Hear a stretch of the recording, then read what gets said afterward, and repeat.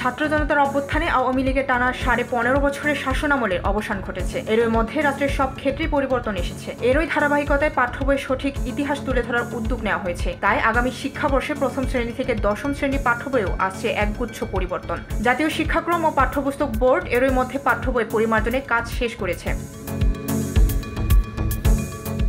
NCTB সূত্র জানায় 2025 সালে পাঠ্য বইয়ে যুগ হচ্ছে গণ অভ্যুত্থানের গল্প। স্বাধীনতার ঘোষক হিসেবে ফিরছেন জিয়াউর রহমান। বঙ্গবন্ধু পরিবারে যেসব অতিরঞ্জিত ইতিহাস পাঠ্য বইয়ে যুক্ত হয়েছিল তা বাদ যাচ্ছে।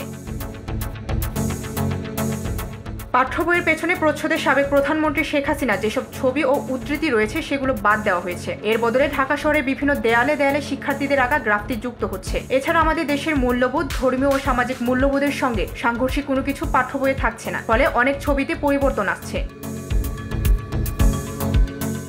এনসিটিভি চেয়ারম্যান অধ্যাপক ডক্টর AKM রিয়াজুল হাসান সংবাদ মাধ্যমকে বলেন, মুক্তিযুদ্ধ বা ইতিহাসে যার যা ভূমিকা তা আগামী শিক্ষাবর্ষে পাঠ্য বইয়ে যুক্ত হচ্ছে।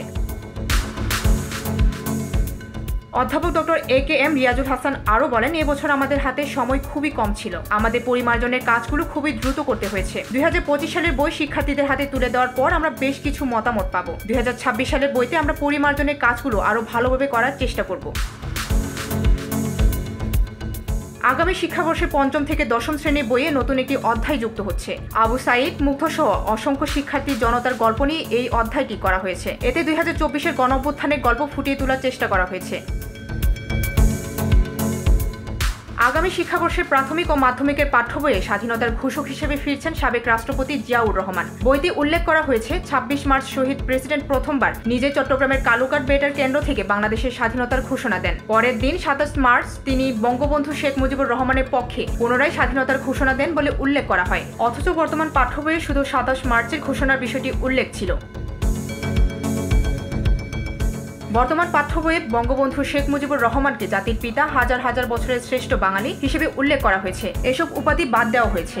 এছাড়া শেখ মুজিবুর রহমানকে অতিরঞ্জিত হিসেবে যেভাবে উল্লেখ করা হয়েছে তা কমানো হয়েছে।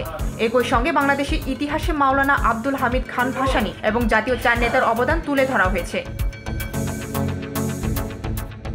অন্যদিকে সপ্তম শ্রেণী বাংলা বইয়ে জুলাই 2024-এর উপর একটি কবিতা যুক্ত করা হয়েছে। দেশের মূল্যবোধ, ধর্মীয় ও সামাজিক মূল্যবোধের সঙ্গে সাংঘর্ষিক কোনো কিছু 2025 সালে পাঠ্য বইয়ে থাকছে না। মাদ্রাসার বইতে অনেক ছবিতে পরিবর্তন আসছে।